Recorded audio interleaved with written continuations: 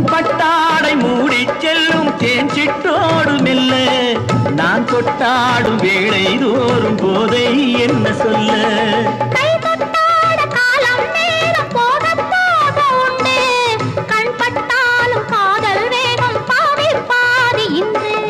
பள்ளிக்கூடம் போகலாம் பக்கம் ஓடிவா பள்ளிக்கூடம் போகலாம் பக்கம் ஓடிவா